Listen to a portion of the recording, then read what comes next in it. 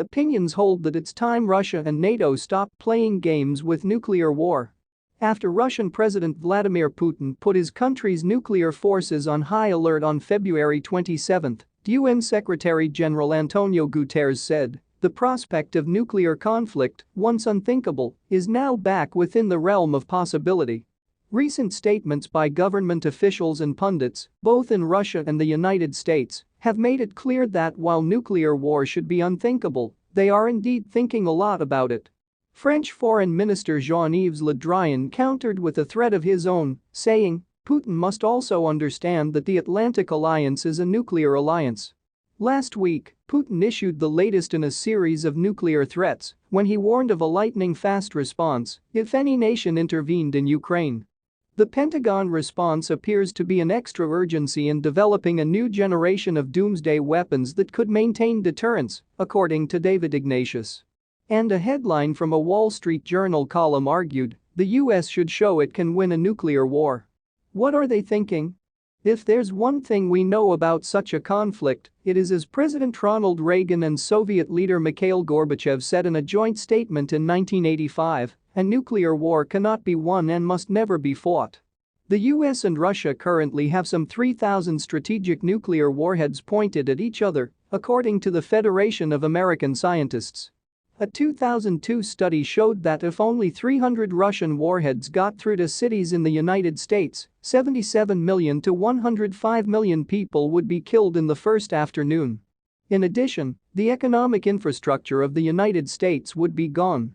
There would be no electric grid, internet, food distribution system, banking or public health system, or transportation network. In the months following, most of those who survived the initial attack would also die from starvation, exposure, disease and radiation poisoning, the same study found.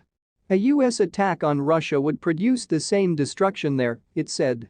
And the fires caused by these combined attacks would put millions of tons of soot into the upper atmosphere, blocking out the sun and dropping temperatures across the globe to levels not seen since the last ice age.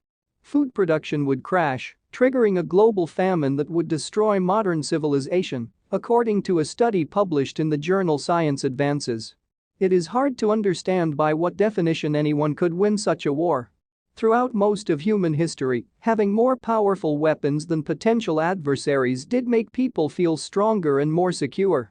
But the destructive power of nuclear weapons is so great that increased strength no longer translates into increased security. We may be able to destroy our enemy, but it can destroy us too. We have armed ourselves with suicide bombs. This capacity for mutually assured destruction was supposed to guarantee that no leader would ever use nuclear weapons. But as former US Defense Secretary Robert McNamara warned, we have not survived this far into the nuclear weapons era because of wise leaders, sound military doctrine or infallible technology. We lucked out.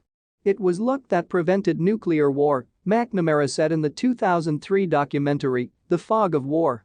The war in Ukraine is a terrifying reminder of how much our survival now depends on continued good luck. For the first time in more than 3 decades, the major nuclear powers have brought the world to the brink of nuclear catastrophe. In March, 18 Nobel Peace Laureates joined in a statement demanding that Russia and NATO pledge explicitly that they will not use nuclear weapons in the current conflict. More than 1 million people signed on in support of this statement. So far, neither Russia nor NATO has been willing to make such a pledge. They need to make this commitment now.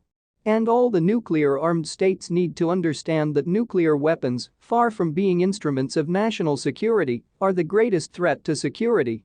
The 9 nuclear nations must no longer hold their own people and all of humanity hostage.